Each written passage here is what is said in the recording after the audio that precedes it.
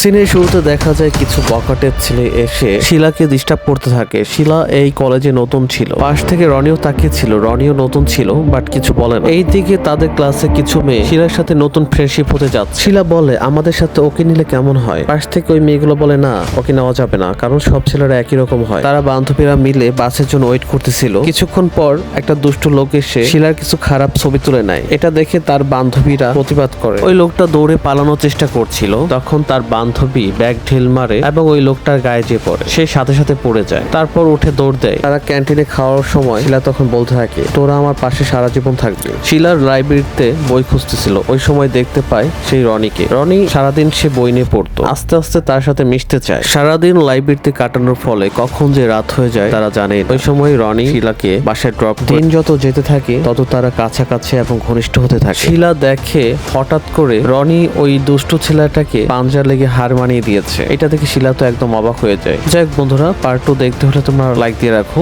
আর যদি কারো নাম দিয়ে ভিডিও বানাতে হয় তাদের নামগুলো কমেন্ট করে রাখবে। Thank you.